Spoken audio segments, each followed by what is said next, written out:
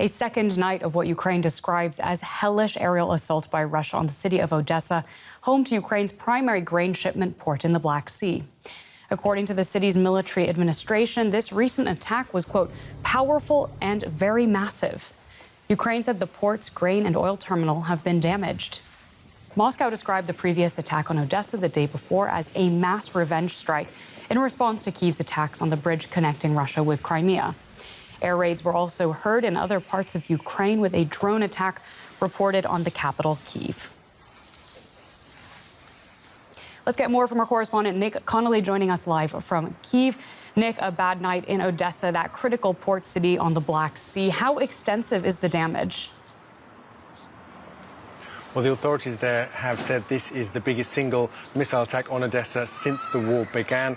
We understand several different types of cruise missiles were used. They were launched at the same time and basically overwhelmed the defences in place. We've heard from top Ukrainian officials saying that if they had more in the way of Western weapon systems, the kind of systems that are protecting the capital, Kyiv, where I am now, then this could have been prevented.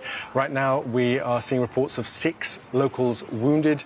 No reports of casualties yet, but in terms of that crucial grain infrastructure, huge damage, talk of damage needing a year to repair, some 50% of the terminals destroyed in some of the crucial parts of the Odessa port. So this is a real attack on kind of Ukraine's economic lifeblood. Yeah, indeed. This is the second attack on the region in as many days after Russia pulled out of that grain export deal on Monday. What do you think this is going to mean for Ukraine's attempts to get its grain out to the rest of the world?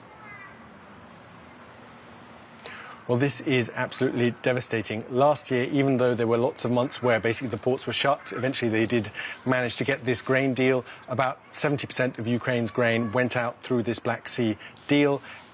Only 30% went through all the alternative routes. That's rail, that's by truck or by small barge to neighbouring countries, Romania, for instance. So this is going to be very, very difficult. There's a real sense now that Russia basically has given up on this deal, that Russia actually sees more benefits because on the one hand, Russia is a main competitor for the grain markets worldwide, so Russian farmers set to benefit. And also there's a sense that Russia has tried to do direct deals with countries in the global south. It sees that it can do business with, it can get support from to send them cheaper grain, cheaper Russian grain. So there's a sense that they don't really see there's much in it for them now, that the kind of diplomatic pressure that had forced them to the table in previous months, that's now no longer relevant.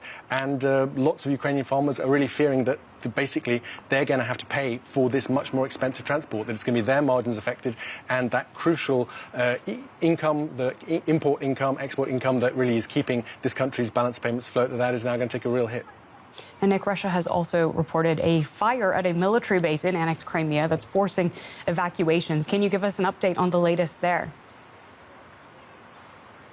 So far, we've seen some pretty impressive images of huge clouds of smoke, of fire. There seems also to be a munitions dump, a kind of place where weapons are stored before being taken to the front lines in the south of Ukraine. What's interesting, though, is lots of different analysts have pointed to the fact that this is on the kind of far east of Crimea, pretty far away from Kyiv's kind of government-controlled territory. Speculation that even Ukraine might be using cruise missiles that have a bigger range than those previously delivered, that this is more than 250 kilometers away from anywhere where the Ukrainians could have launched it from. So it's quite some excitement here in Kyiv that Ukraine has more advanced weapons than previously thought, and a sense that this strategy of really trying to deprive Russia's troops in Ukraine of resources is now finally starting to work.